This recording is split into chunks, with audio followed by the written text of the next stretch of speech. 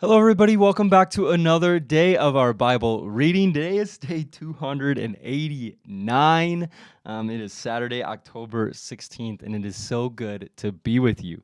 Today, we are starting in Jeremiah chapter 28. Jeremiah chapter 28, verse 1. Jeremiah condemns Hananiah. One day in late summer of that same year, the fourth year of the reign of Zedekiah, king of Judah, Hananiah, son of Azur, a prophet from Gibeon, addressed me publicly in the temple while all the priests and people listened. He said, "This is what the Lord of heaven's armies, the God of Israel, says. I will remove the yoke of the king of Babylon from your necks. Within 2 years, I will bring back all the temple treasures that King Nebuchadnezzar carried off to Babylon. And I will bring back Jehoiachin, son of Jehoiakim, king of Judah, and all the other captives that were taken to Babylon. I will surely break the yoke that the king of Babylon has put on your necks. I, the Lord, have spoken." Now remember what was said to Jeremiah just a few chapters ago about saying, "This is what the Lord says." Verse 5, Jeremiah responded to Hananiah as they stood in front of all the priests and people at the temple. He said, "Amen. May your prophecies come true. I hope the Lord does everything that you say. I hope he brings back from Babylon the treasures of this temple and all the captives. But listen now to the solemn words I speak to you in the presence of all these people. The ancient prophets who preceded you and me spoke against many nations, always warning of war, disaster, and disease. So a prophet who predicts peace must show he is right. Only when his predictions come true can we know that he is really from the Lord." Then Hananiah the prophet took the yoke off Jeremiah's neck and broke it into pieces. And Hananiah said to the crowd that had gathered, "This is what the Lord says. Just as this yoke has been broken, within 2 years I will break the yoke of oppression from all the nations now subject to King Nebuchadnezzar of Babylon." With that, Jeremiah left the temple area. Soon after this confrontation with Hananiah, the Lord gave this message to Jeremiah.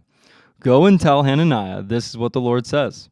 You have broken a wooden yoke, but you have replaced it with a yoke of iron. The Lord of heaven's armies, the God of Israel, says, I have put a yoke of iron on the necks of all these nations, forcing them into slavery under King Nebuchadnezzar of Babylon. I have put everything, even the wild animals, under his control." Then Jeremiah the prophet said to Hananiah, "Listen, Hananiah, the Lord has not sent you, but the people believe your lies. Therefore, this is what the Lord says. You must die. Your life will end this very year because you have rebelled against the Lord." 2 months later, the prophet Hananiah died. Chapter 29, a letter to the exiles. Jeremiah wrote a letter from Jerusalem to the elders, priests, prophets, and all the people who had been exiled to Babylon by King Nebuchadnezzar. This was after King Jehoiachin, the queen mother, the court officials, the other officials of Judah, and all the craftsmen and artisans had been deported from Jerusalem. He sent the letter with Elisha, son of Shaphan, and Gemariah, son of Hilkiah, when they went to Babylon as King Zedekiah's ambassadors to Nebuchadnezzar. This is what Jeremiah's letter said. "This is what the Lord of heaven's armies, the God of Israel, says to all the captives he has exiled to Babylon from Jerusalem. Build homes and plant to stay. Plant gardens and eat the food they produce. Marry and have children, and then find spouses for them, so that you may have many grandchildren. Multiply, do not dwindle away, and work for the peace and prosperity of the city where I sent you into exile. Pray to the Lord for it, for its welfare will determine your welfare. This is what the Lord of heaven's armies, the God of Israel, says. Do not let your prophets and fortune tellers who are with you in the land of Babylon trick you. Do not listen to their dreams, because they are telling you lies in my name. I have not sent them, says the Lord. This is what the Lord says. You will be in Babylon for 70 years. But then I will come and do for you all the good things I have promised, and I will bring you home again. For I know the plans I have for you, says the Lord. They are plans for good and not for disaster, to give you a future and a hope. And in those days, when you pray, I will listen. If you look for me wholeheartedly, you will find me. I will be found by you, says the Lord. I will end your captivity and restore your fortunes. I will gather you out of the nations before I sent you, and will bring you home again to your own land. You claim that the Lord has raised up prophets for you in Babylon, but this is what the Lord says about the king who sits on David's throne and all those who still living here in Jerusalem. your relatives who were not exiled at Babylon. This is what the Lord of heaven armies says. I will send war, famine, and disease upon them and make them like bad figs too rotten to eat. Yes, I will pursue them with war, famine, and disease, and I will scatter them around the world, in every nation where I send them. I will make them an object of damnation, horror, contempt, and mockery, for they refuse to listen to me, though I have spoken to them repeatedly through the prophets I sent. And you who are in exile have not listened either, says the Lord. Therefore, listen to this message from the Lord. All you captives there in Babylon, this is what the Lord of heaven's armies, the God of Israel, says about your prophets.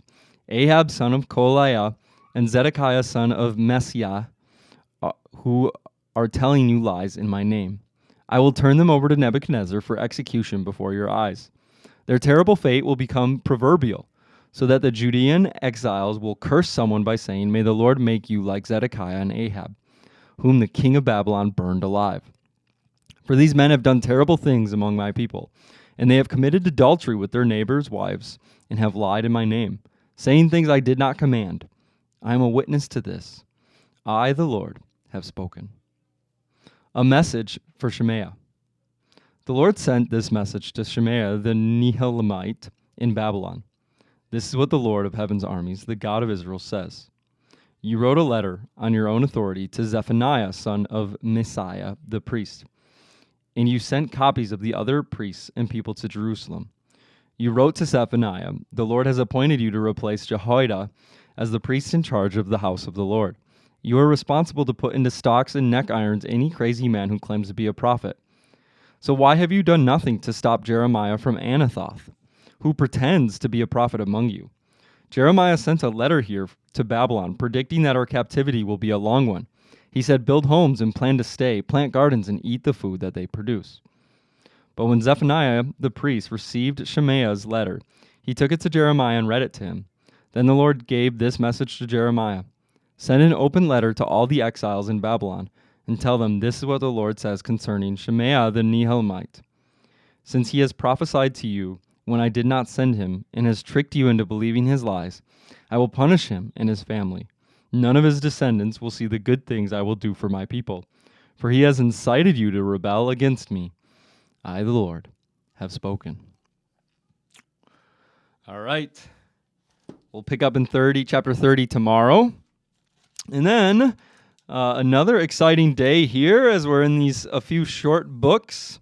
We start a new book of the New Testament. We are in 1 Timothy, which is a great book. It's a short letter as well, so we are in 1 Timothy chapter 1. It says, Greetings from Paul. This letter is from Paul, an apostle of Christ Jesus, appointed by the command of our God and our Savior and Christ Jesus, who gives us hope. I am writing to Timothy, my true son in the faith. May God the Father and Christ Jesus our Lord give you grace, mercy, and peace. Warnings against false teachings. When I left for Macedonia, I urged you to stay there in Ephesus and stop those whose teaching is contrary to the truth. Don't let them waste their time in endless discussion of myths and spiritual pedigrees. These things only lead to meaningless speculations which don't help people live a life of faith in God. The purpose of my instruction is that all believers would be filled with love that comes from a pure heart, a clear conscience, and genuine faith. But some people have missed this whole point. They have turned away from these things and spend their time in meaningless discussions, and they want to be known as teachers of the law of Moses, but they don't know what they are talking about even though they speak so confidently. We know that the law is good when used correctly. For the law was not intended for people who do what is right. It is for people who are lawless and rebellious, who are ungodly and sinful, who consider nothing sacred and defile what is holy, who kill their father or mother or commit other murders.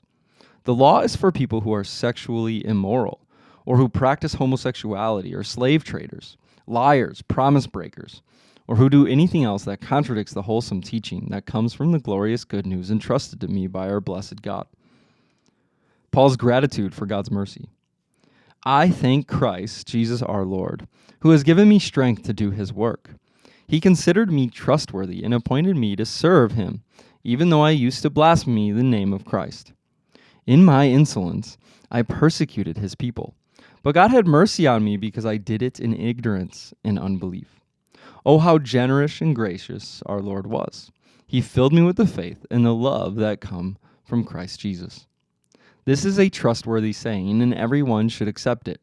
Christ Jesus came into the world to save sinners, and I am the worst of them all. But God had mercy on me so that Christ Jesus could use me as a prime example of his great patience with even the worst sinners. Then others will realize that they too can believe in him and receive eternal life.